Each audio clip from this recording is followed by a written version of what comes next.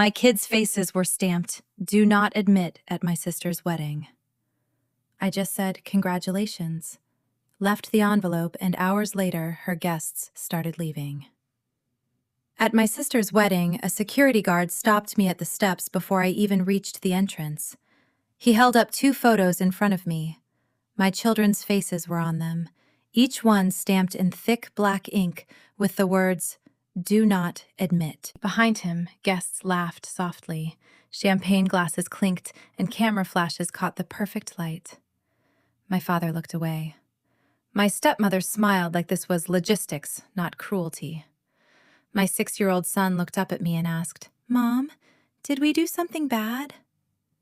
I could not answer him. Instead, I handed over the gift envelope, turned around, and walked back down the steps with my husband and my children beside me. They thought they had erased us from their perfect day. They did not know that by sunset, their celebration would turn into a reckoning. And the strangest part was, I would not have to say a single word. I teach yoga for a living. Morning classes at the studio, private sessions in the afternoons, and online sessions after my kids go to bed. It is quiet work, calm work. The kind of work where you can hear your own thoughts. I used to think that was peace. Now I know it was just silence I had not questioned yet. My name is Rachel. I am 34 years old, married to Ethan, and we live in a small townhouse where towels never stay on their hooks and the shoe basket never has the pair anyone actually needs. We have 2 children. Noah is 6, and he carries a dinosaur flashlight everywhere like it is an emergency tool. Ella is 3, and she calls strawberries red moons. Our home is not perfect, but it is ours. It has the kind of messy warmth that smells like coffee crayons and laundry detergent. Then there is my family, the one that never really felt like mine. My father, David, remarried when I was 12. He used to tell me, "Family is everything," which usually meant, do not make things difficult. My stepmother, Kira, runs our family like a luxury brand. White tablecloth dinners, perfect lighting, a soft, polished voice that sounds kind until you actually listen to the words. And my half-sister Laya is 26, an influencer who calls herself a lifestyle muse. Everything she touches is beige, curated, and filtered. Growing up, Kira called me the strong one. It sounded like praise. It was not. It was permission to use me. I carried boxes. I fixed chaos. I cleaned up messes that were not mine. When Kira wanted calm, she sent me to soothe my crying baby sister. When Laya wanted attention, she got it. When Dad wanted peace, I gave it to him by swallowing mine.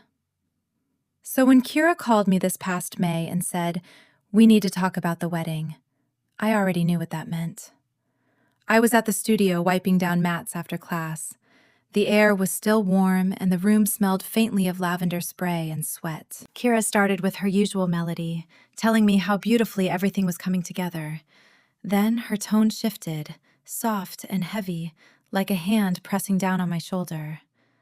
"Laya's venue needs a deposit," she said. They mentioned Friday. I did not respond right away. I had learned that silence could buy me a few seconds. "You always step up, Rachel," she added. That was the same line she had been using on me since I was 15. And just like that, I felt the old reflex rise in my chest, the urge to help, to fix, to smooth everything over before anyone got upset. Dinner that night was a performance, as always. Kira's table glittered under soft light. Laya arrived half an hour late, glowing like a commercial. Her fiancé, Parker, followed behind her, polished and rich. The kind of man who called waiters buddy. Kira had a binder, of course. She opened it like scripture and revealed glossy pages of venues, flower arrangements, catering menus, and packages, all with prices printed neatly beside them. The total was $30,000. She said it casually, like she was talking about the weather. "Just the deposit, sweetheart," she told me. "You can handle that, right?" My husband Ethan looked at me from across the table. He did not say no, but his eyes did. My father raised his glass and said, "Family comes through for family." Laya smiled and added, "It's for love, Rachel." That word, love, always seemed to mean open your wallet.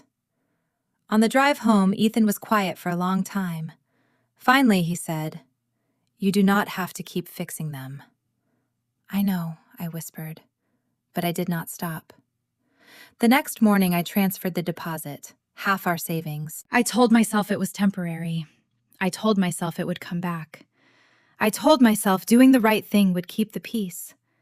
I did not know then that peace in our family only existed when I was paying for it.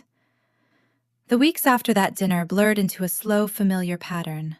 Texts from Kira, calls from Laya, my own guilt dressed up as responsibility. Every message had the same rhythm. "We just need one more thing. You are the only one we can count on. The vendor deal ends tonight." At first I said no. Then I said maybe. Then I said fine. Each payment chipped away at something invisible. Not just the balance in our savings account, but the sense of fairness I did not realize I still believed in. Ethan watched me transfer money like someone watching a slow accident he could not stop. One night, he said, "You are letting them rewrite what family means." "They are my family," I replied. "If I do not help, who will?" He looked at me quietly. Maybe that is the point. The requests kept growing. The florist wanted an early retainer. The DJ had a special rate. The videographer needed a deposit before the next couple booked them. The content team needed to be locked in right away. Every time I hesitated, Kira would say, "You always step up." And that sentence, those 4 words, felt like a leash snapping around my neck. At yoga, I told my students to breathe. I told them to let go of tension. I told them to stay grounded, but I was the one floating away. The day I realized how far it had gone was the day Kira texted me, "No kids at the wedding. Bride's vision is elevated." I stared at the screen for a full minute. Then my phone buzzed again. Another message. "We will figure something out for you. We will figure something out." That was code for, "You will bend again." That night over dinner, Noah asked if he could wear his dinosaur tie to Aunt Laya's wedding. He said it was such pride, like he had been invited to something big. "Of course," I told him, forcing a smile. Ethan watched me from across the table. He did not say a word. Days passed. More invoices arrived, more reminders. I started keeping a list on my phone. Venue deposit, $12,800. Catering, $8,750. Florist, $2,200. String duo, $1,600. DJ, $1,500. Content team, $2,500. $29,350. Neat. Complete. Quiet theft dressed as gratitude. Then came the rehearsal dinner. Kira texted that morning. Adults only, less chaos. Ethan offered to stay home with the kids, but I told him I would be fine. I was not. The moment I walked in, the air changed. Everyone was smiling too much. Laya was glowing in white. My father was playing the proud parent. Kira was in full hostess mode, hugging guests she barely liked.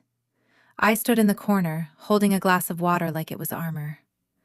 Laya came up to me in the middle of a toast, her hand brushing my arm. "Rach, just so you know, the kids might not be comfortable at the venue. There is so much glass, and, well, it is kind of high-end." "High-end?" I repeated. She blinked. "Yeah, it is not really kid-proof." Something inside me went cold.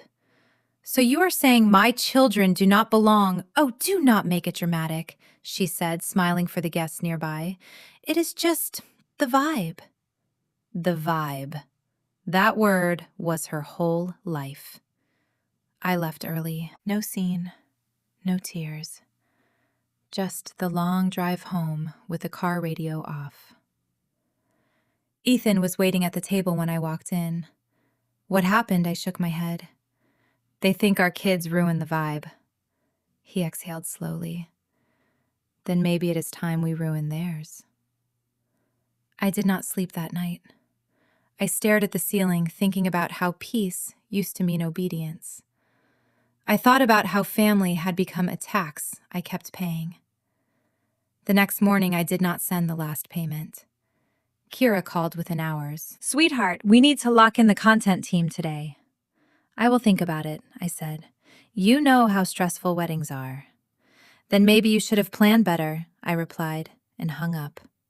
It was the first time I had ever hung up on her. The silence afterward felt like oxygen.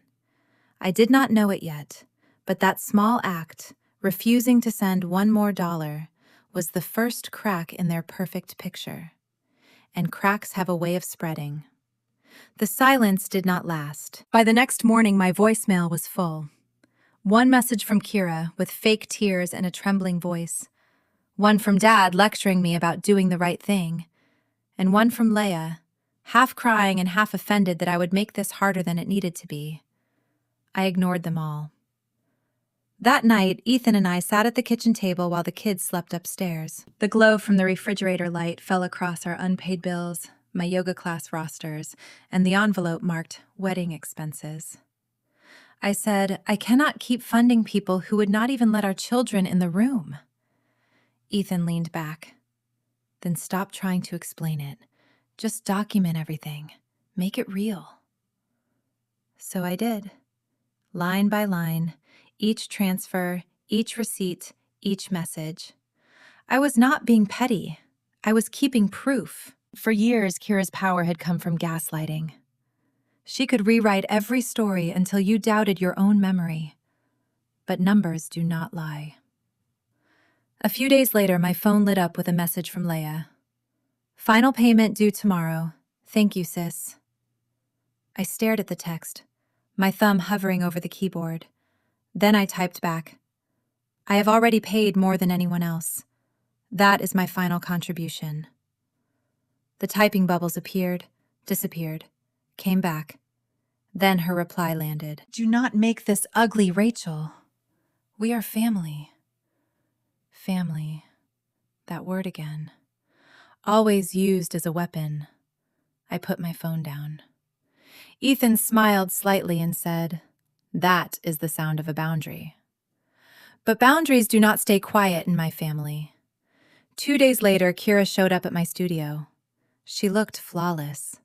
Cream blazer, hair pinned tight, smile sharpened like glass. My students had just left and the room still smelled faintly of lavender spray and sweat. "Rachel," she began softly, like she was comforting a patient. "We are all under pressure. Laya is falling apart. Your father's heart cannot handle the stress. Why are you doing this to us?" "To you," I said. "I paid for half your daughter's wedding." Her lips twitched. "You are overreacting. It is just money." "It is never just money," I said. "It is respect." For 1 second, her mask slipped. Then she leaned closer, her voice sweet as sugar again. "You will regret turning your back on family." I held her gaze. "No. I regret waiting this long." She left without another word. The door clicked shut behind her and I stood there, shaking. Not from fear, but from release. That evening, I drafted an email to Kira, David, Laya, and Parker. The subject line was, "Wedding Contributions Breakdown and Balance." I listed every expense, every date, every transfer. Then, at the bottom, I wrote, "As of today, total paid $29,350. You have denied entry to my children at the event I financed. I expect repayment in full over 12 months. First installment due next month. This is not about revenge. This is about closure." I read it twice before hitting send. Ethan put his hand on my shoulder and asked, "Are you okay?" I nodded. For the first time, I meant it. Yes. The next morning, my father texted, "Let's talk privately, sweetheart." Laya posted a story with her wedding countdown, smiling under fairy lights. They still thought I would stay quiet. They did not realize that silence, when chosen, can be the loudest sound in the room. The wedding day arrived like a storm pretending to be sunshine. Morning light streamed through our kitchen window, cutting across cereal bowls and half-packed bags. Noah wore his little dinosaur tie, proud and wrinkled. Ella twirled in her blue dress, her hair full of uneven curls because she had insisted on doing it herself. I watched them and thought maybe they will remember the drive, not the people waiting for us there. Ethan adjusted his collar. "You do not have to go," he said quietly. "I do," I told him, "just not for them." The venue was 30 minutes away. A restored barn turned into a luxury wedding site, all white walls, fairy lights, and curated fields of grass. We drove in silence. The sky was perfect, the kind photographers call cinematic. I remember thinking how cruel it was that beauty could hide so much ugliness. When he reached the top of the gravel path, the security guard stepped forward. His suit was too formal. His smile was too polite. "Afternoon," he said. "Can I have your name?" "Rachel," I said. Then I hesitated. "And these are my children, Noah and Ella." He looked down at his clipboard. Then he pulled out a clear plastic sleeve. Inside were 2 color photos, Noah's school portrait, Ella with her pigtails. Across each face, bold black letters read, "Do not admit." I felt the world tilt. "Where did you get those?" I asked. My voice sounded foreign, too calm. He glanced toward the entrance. "Bride's request. No minors inside. Liability policy." "There is no policy," I said. "That is my son and daughter." He shifted uneasily. "Ma'am, I do not make the rules." Behind him, I saw Kira step out of the doorway, every inch of her composed. "Rachel," she said like we were discussing the weather, "it is not personal. It is just for the aesthetic. Candles, glassware, you understand." My father stood like a shadow behind her, looking anywhere but at me. And just inside the barn, I caught a glimpse of Laya in white, perfect and trembling, peeking out like she was scared to smudge her own illusion. Noah tugged my hand. "Mom, did we do something bad?" I could not answer because anything I said would have cracked my voice wide open. Ethan's hand brushed mine. I felt his pulse steady and angry. I handed Kira the envelope we had prepared. "Congratulations," I said. My tone was even, quiet, surgical. Then I turned around. The gravel crunched under our shoes. The wind shifted behind us. Laughter resumed, nervous and brittle. In the car, Noah asked if we were still going to the party. Ella hummed a song she had made up about frogs. I just drove. The farther we got from that barn, the easier it was to breathe. 10 minutes later, my phone rang. Unknown number. I almost ignored it, but instinct made me swipe. "Rachel," a deep voice said. "This is Adam Parker's father." I pulled over and glanced at Ethan. "Yes, I just saw the list," Adam said. "The one with your children's photos." My throat tightened. "I did not send it." "I know," he said. "And I am calling to tell you the wedding is off. My family will not be part of this circus." Silence filled the car. Then he added, "Colder now. They are on their way to your house to beg. Do not open the door." He hung up before I could speak. 2 hours later, the knocking started. Sharp, desperate. "Rachel!" It was Laya's voice, high-pitched and breaking. "Please, let's talk!" Behind her, I could hear Kira's controlled tone, the one she used when she wanted the world to think she was still in charge. "Be reasonable, Rachel. This can be fixed." My father's voice came last, small and tired. "Sweetheart, open up." Ethan met my eyes across the room. I did not move. The knocks grew louder, then quieter, then they stopped. Instead, the phone started buzzing. Calls, voicemails, texts. I flipped mine face down on the counter. Then we made grilled cheese sandwiches. Noah dipped his in ketchup. Ella called hers cheese circles. The world felt small again. Safe. At 6:14, Kira left a voicemail that began like an apology and ended like a threat. "You embarrassed us," she hissed. "You owe us a conversation. You owe us. You owe us."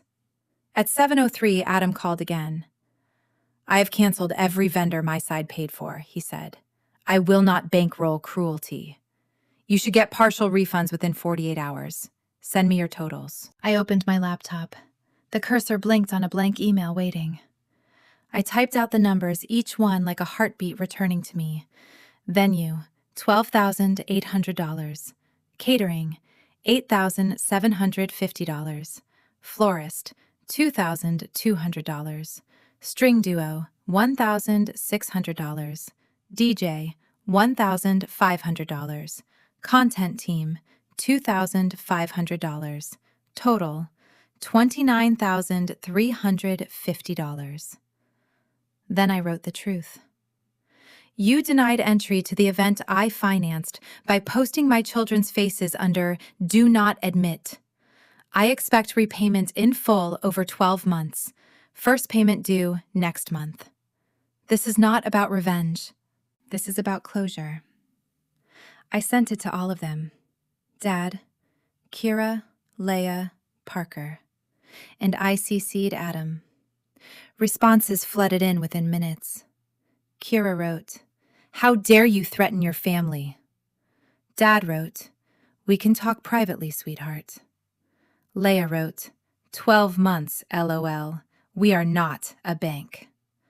Parker wrote, "Give me time to figure things out." Ethan read them with me. "Clear," he said softly. "Good." The next evening, my father showed up in person. He did not knock for long. When I opened the door, he looked smaller than I remembered. "This got out of hand," he said. "You could have handled it quietly." "They printed my kids' faces, Dad," I said. "That was not a mistake. That was a message." He rubbed his temple and sighed. "You could have stayed for your sister." "You mean for the performance?" I asked. He looked tired. I said, "Peace without respect is not peace. It is silence." He blinked, confused by how calm I sounded. "I do not recognize you," he murmured. "I know," I said. "For once, I recognize myself." He left without slamming the door. That, I decided, was progress. The following morning, Kira posted a long Facebook caption about protecting your joy from jealous people. My cousin sent me a screenshot. I did not reply. At noon, Adam's email came through. Refund summary attached. He had clawed back $6,200 and wired it to me. His note read, "Applied to your totals. Parker will cover the rest. If he does not, I will. I will not be associated with people who blacklist toddlers." For the first time in weeks, I laughed. A real laugh. Days turned into weeks. Laya's tone shifted from rage to guilt to bargaining. "Let's talk like adults," she texted. 10 minutes later, another message came in. "Wow, ignoring me. Power trip much?" Then she sent a photo of her red eyes with the caption, "This is what you did." I did not respond. Instead, I kept teaching. I told my students to breathe into discomfort. I told them to find strength in stillness. What I did not tell them was that I was finally learning to do it too. Then one afternoon, Laya showed up at my studio door. Sunglasses, bun, trembling hands. She took the sunglasses off and her eyes were swollen. "You made a scene," she said. "You made a list," I replied. "It was not personal." "It was a picture of my son," I said. "You let it exist." She exhaled, her voice cracking. "Mom says you have always hated me." "I have always paid for you," I said. "There is a difference." She looked down. "So what now?" I folded my arms. "We say hello at birthdays. We do not exchange money. We do not use guilt as love. Laya nodded slowly, like a student hearing a lesson too late. Parker and I got married at the courthouse yesterday, she said. You were not invited. Good, I said. She blinked, caught off guard by how little that hurt me. They will keep paying, she said. Good, I repeated. Because this time, good was not surrender. It was freedom. By autumn, the payments came on schedule. Small digital echoes of accountability. Each month, a quiet ping landed in my inbox. Transfer received. The memo lines almost made me smile. For peace, for closure, for lesson learned. By the 9th month, the final deposit cleared. Adam sent one last email. Applied remaining vendor credit. Your balance is 0. You did right by your family. That matters. I stared at the words until they blurred. Then I opened my old note labeled Laya Wedding and typed one last line. Balance $0. I did not delete it. Some records deserve to stay. That night, my father invited us over for a barbecue. I almost said no, but Ethan looked at me and I nodded. The backyard smelled like charcoal and rain. Dad flipped burgers. He looked older, quieter. He asked Noah about school. He asked Ella what her favorite color was. Finally, he turned to me. You are different, he said. I am better, I replied. He nodded as if that was a door he might finally walk through. On the drive home, the sky turned soft and orange. Ethan reached across the console and squeezed my hand. You did it, he said. I did not fix them, I said. I fixed me. At home, Noah chased Ella through the hallway. Towels fell from their hooks, shoes scattered everywhere. Ordinary chaos, the kind that was ours alone. Peace this time did not feel like silence. It felt earned. Some people still say I overreacted. They say it was just a wedding. But those people have never seen their children's faces printed under the words, "Do not admit." I did not slam doors. I did not shout. I just stopped standing where I was told to stand. That was enough. Being the good daughter used to mean staying quiet no matter the cost. Now it means protecting my kids, my peace, and the home we built. If you have ever had to draw that line, if you have ever walked away instead of bowing down, share your story.